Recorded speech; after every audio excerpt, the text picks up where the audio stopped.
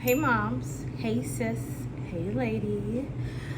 This is Mother's Locs. Welcome back. I know it's been a while. It's been 6 months. But life happens. Happy New Year. Okay, so I'm back again and the goal is to be consistent, okay? To give you guys content about lifestyle, locks, beauty, motherhood, all that shebang. Now, so with it being the new year, it's something I do want to address. New Year comes with this whole feeling of new me, new hairdo. I want to start my lock journey, new attitude, new spirituality, all that, which is great. So this video is for those who are thinking of starting their locks for the new year and what you should know, how to prepare yourself for your lock journey. Okay? So one, people think that once you get locks or you start your lock journey that your hair will magically be wholesome and just great. False. That's not true. So meaning that any hair issues, scalp issues that you had with your loose natural hair, having locks is not gonna magically heal it all. It's not gonna disappear. So, example, if you naturally have a lot of dandruff, right? You have itchy scalp, your scalp is sensitive to certain products. You getting locks is not gonna solve that. So you have itchy scalp, crazy dandruff as loose natural, the dandruff is gonna come along with your locks. It's gonna come on with your lock journey. So whatever prescribed shampoo that you have from your dermatologist, continue it with your lock journey. If you are sensitive to certain products, certain gel, do that research. Make sure you know what is being put into your hair. So I have some clients who are just really sensitive to certain products. So for them, use aloe vera gel and not just the regular like lock retwist gel because they've known this as a loose natural.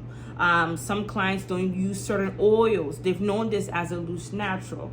So again, locks is not gonna solve your issue of itchy scalp, all that. Now, of course, are there some pros where your hair will be different, may you not experience it to the same level? Of course.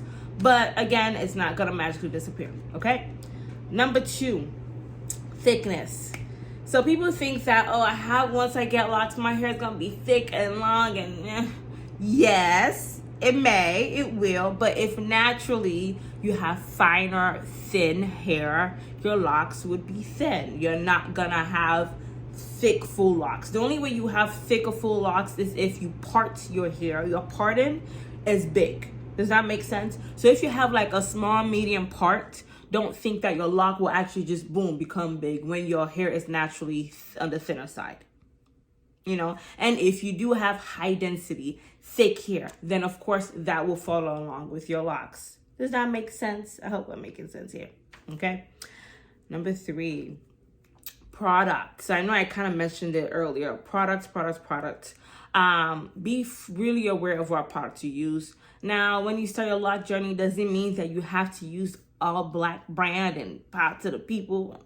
No, you don't have to use black products per se. So like you don't have to use shampoos that are like catered to locks, like Dr. Locs, Mrs. Locs, this Locs, whatever. Nothing wrong with those. But if you already have a shampoo that is sulfate free, that works great for your hair, you can continue it with your lock journey. I have many clients, newer clients ask like, hey, so what product should I use now? I'm like, what product do you already use? Is it a healthy shampoo or moisturizing retention shampoo? Is it a good conditioner? Now, the way you might apply those products may be different. Or you can switch if you decide to. But again, starting locks doesn't mean you have to now switch to an all black brand or a lock brand. Now, support the people. Support.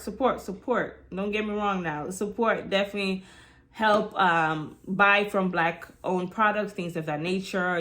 They have vegan products, all natural products. Like we are doing it out there, okay? But if you feel that a certain type of shampoo that is not black owned or specifically meant for locks that works for you, go ahead. Make sense? Okay. The next thing is spirituality. So I know y'all hear people say, I want to start my spiritual journey and be more in tune with... It's good news. It's all good. It's all good. I'm not against it. I'm for it. I definitely do believe your hair, your locks, whether it's free form locks, natural, loose natural, it could all be a spiritual journey. It's all about how you see it. It's going to be whatever journey you're going to make it to be. But don't assume that once you get your locks, you're going to be all holy shit, blah, blah, blah, blah, blah, blah, blah, blah. No. If you're not doing it prior to your locks, you're really not about to start doing it with your locks. You know what I'm saying? Like, they can be deep, however deep you want it to be. You know, I'm all about the deepness. I'm all about the natural, you know, and all of that.